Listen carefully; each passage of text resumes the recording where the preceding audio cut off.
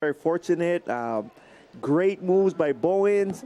Fumbled the ball. Zachariah Branch, Johnny on a spot, gained an additional 5 yards for Bishop Gorman. There you go, and he almost scored. He's one of the fastest players on the team there as a freshman. But now we see him limping off, his ankle or something to the side. And that was a first Hawaiian first down.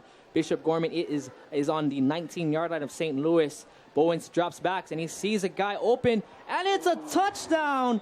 Nice, beautiful pass. No flags on the field. Number 4, Rome Udunze.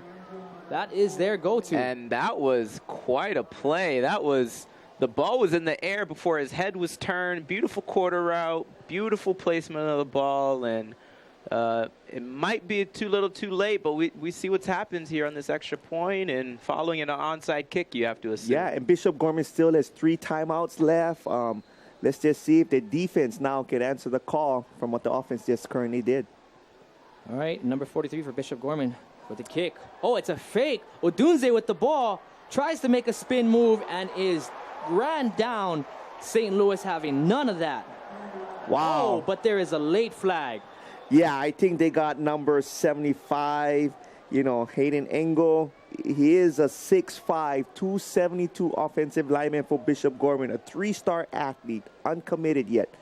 Causing that personal foul, but hats off to St. Louis. They stayed home, played assignment football. Yeah, that was a poor attempt out of a fake field goal there. You got a Dunze as the holder. You had no one going out for a pass. It was, St. Louis was prepared all the way for that one. Kind of looked like an Adunze keeper, and there was really nowhere to run. Let's see what happens here. Yeah, I understand he's a 4-star recruit going to Washington, but got to give him some help there. Well, we still got flags coming in here. Yeah. It looks like St. Louis is talking to the Bishop Gorman players, and flags are still raining in. And coach of Bishop Gorman, Kenny Sanchez, makes a smart move. Now, if a player gets suspended here in this game, that affects them for the following week. Isn't that right? Yeah, that could have implications on it. Yeah, and we don't want none of that. So coaches bring their teams to the sideline. St. Louis remains on the field. And same thing for St. Louis. Looked like number 90 was in the middle of that altercation for St. Louis. There are 3 dead ball fouls on the play. After the play, personal foul, defense number 12.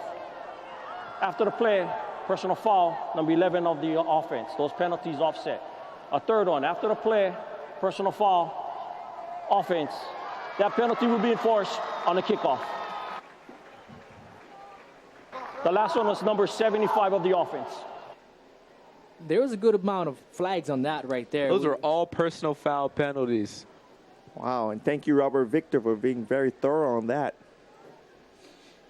So it looks like ultimately 75 Hayden Engel, like you said, Coach, is in the middle of all that. I think it just came down to its frustration. I mean, Bishop Gorman, being the bully in Nevada, getting their way. Right now, I mean, they're just getting punched in the mouth by St. Louis. Exactly. They're getting pushed around, and they come as this powerhouse team, and they're kind of getting embarrassed a little bit here. And, so you start talking, and unfortunately, St. Louis players are talking back. And as a coach, in those situations, you're winning. It's near the end of the game. How do you keep your players' emotions under control, and what do you tell them so they're not making these crazy mistakes? Well, right now is just do your job and get back to your teammates. Basically, get back to the huddle. We don't need none of those extracurricular activities. Right now, we've been playing lights out. We control this game from start to finish. So now let's just finish the job and let the score dictate what we did all night long. Exactly. That's what you say. You let the scoreboard do the talking, guys. Like, you could tell they're frustrated. There's no need to engage. You're only hurting yourselves at that point. Let's show some class. Let's walk out of here as winners on the scoreboard and winners on the field and morally as well. So those penalties right there just made a huge implication in this kickoff, because what could have maybe we seen an onside kick, those penalties pushed Bishop Gorman farther back into their own territory, and there's no way. But maybe do we still see an onside kick with this? Yeah, I mean, you got 3:34. You need to score at least 2 more times. And they haven't been stopping St. Louis offense all night. That So is you very have true. to take this chance. Got to take this chance right here. So, again, they see it. The hands team is out there for St. Louis. They know what's going on. And 3 minutes and 24 seconds left on the clock. Let's see if the kick your four, Bishop Gorman, can make this miracle come true. And here we go.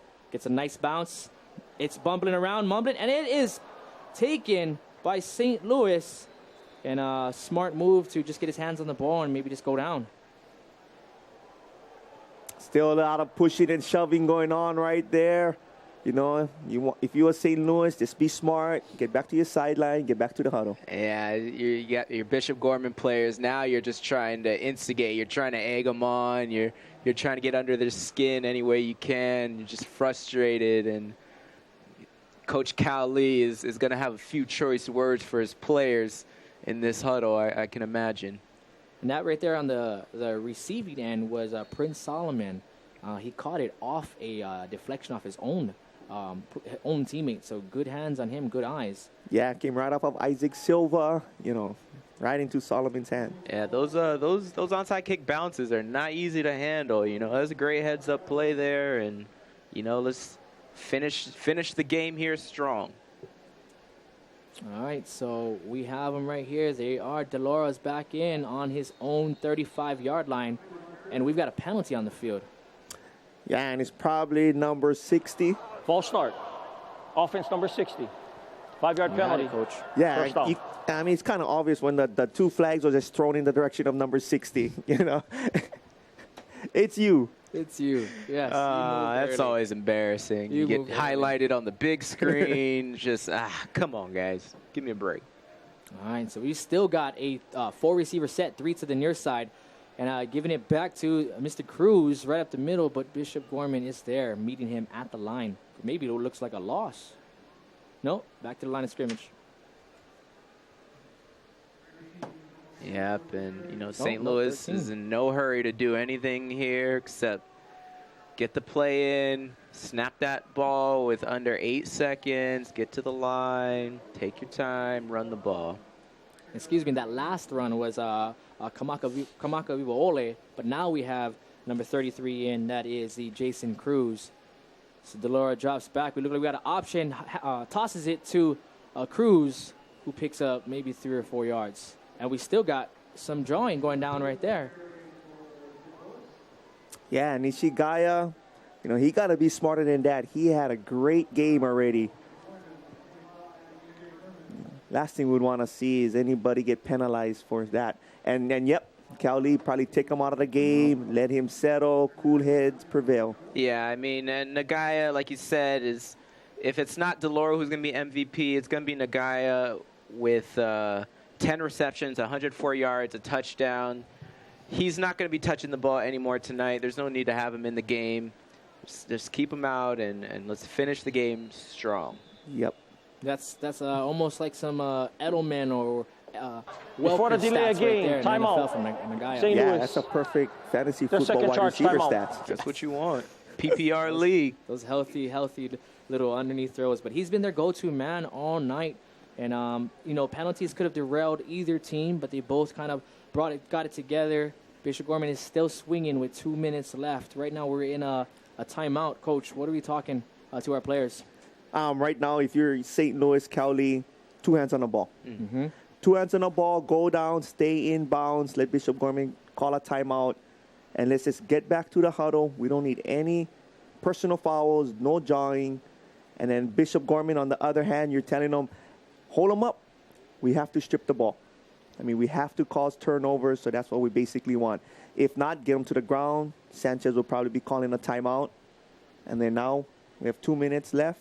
Got to score twice. Yeah, 3rd and 9. Bishop Gorman's in a good position here with all 3 timeouts and the 2-minute warning.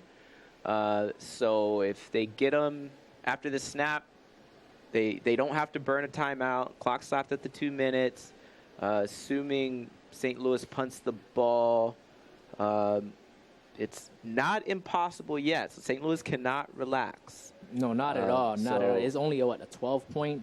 You gotta finish. Gotta finish. Yeah, sorry, here we are. So 2 minutes and 5 seconds left to go in the game. It is 4th quarter, 3rd and 9. on Bishop Gorman's 34-yard line. Ball on the right hash.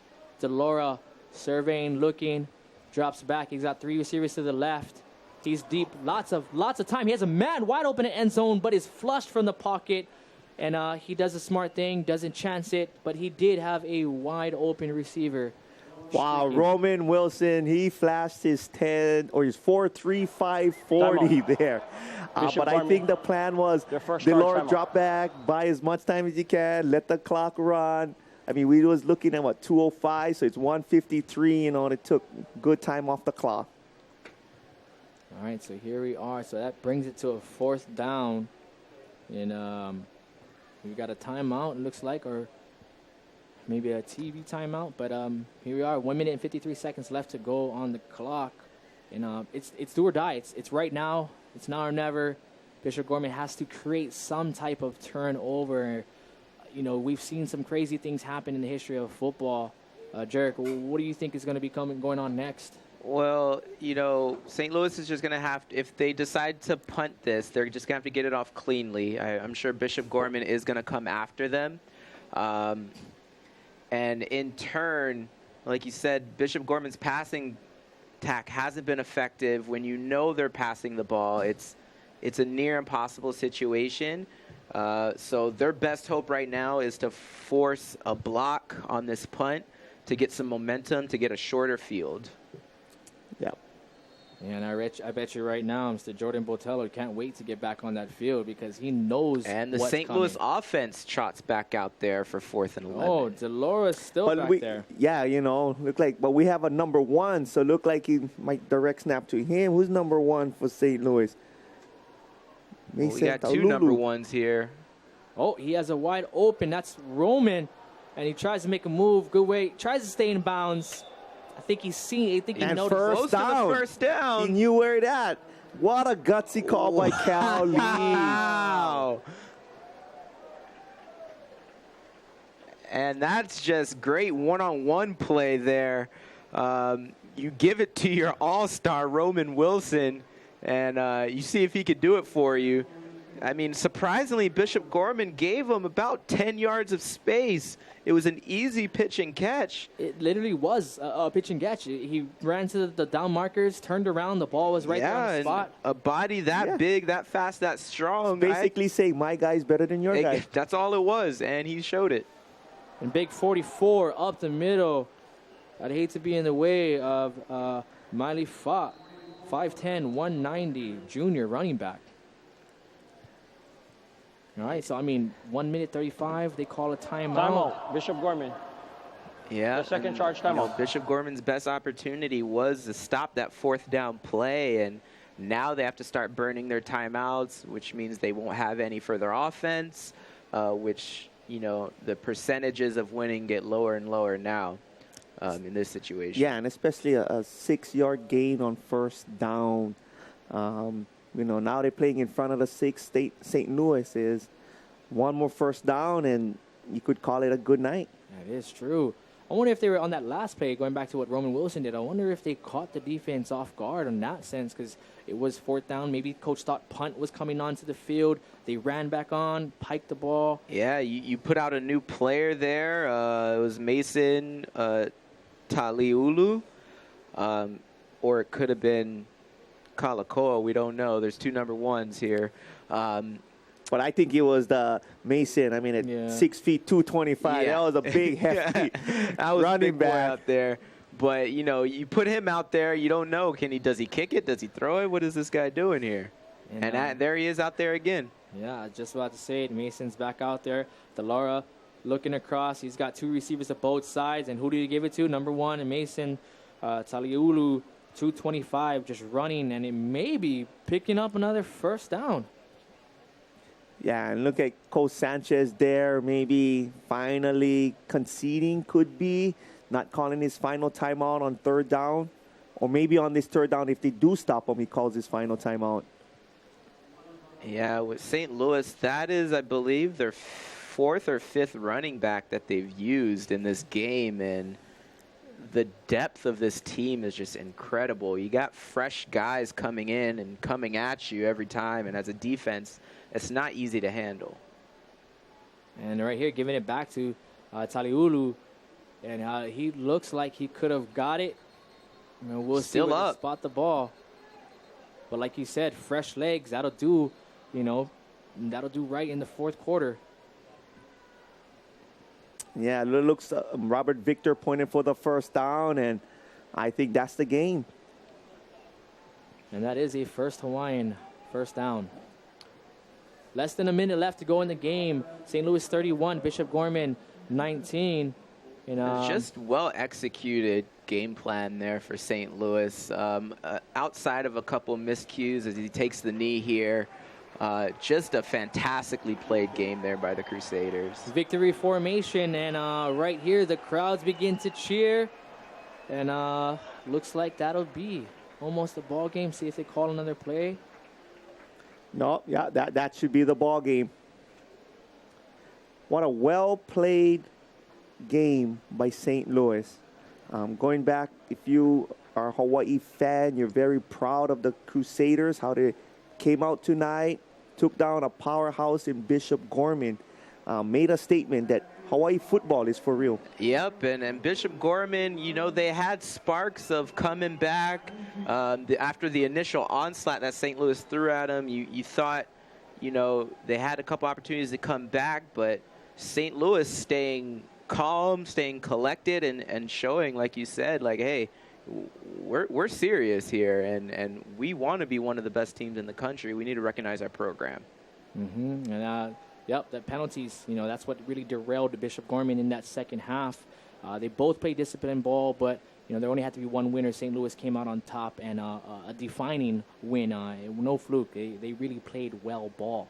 What does this mean for the rest of the teams in Hawaii playing against St. Louis? I mean, hey, you're just basically saying Bishop Gorman can't do it. Nah, it's joking. But who can? But it's just saying that, hey, we are playing quality football teams week in and week out. Mm-hmm. So hats off once again to St. Louis. Bishop Gorman, thank you so much for coming down, playing a well-played game here tonight. Very entertaining. Mm-hmm. I just think the turning point when it was 21-13 and that lateral. That was it. That was the X factor of the game right there. And after that, you could see the wind of the sails kind of being taken out of there for Bishop Gorman. And, they just couldn't recover from that. Yeah, that was totally it. It's usually about 5 plays left, 5 plays in the game that really define, win or loss right here. And, next week we... All right, so thank you again, guys. We have Coach Sterling Carvalho in the house, co-host Jarek Lake. Any last words, Coach? Hats off to St. Louis, like I said. Great showcase of Hawaii football. All right, and tune in next week to Aloha Stadium Stars. This is Josh, and thank you again, ladies and gentlemen, for having us here, and we are out.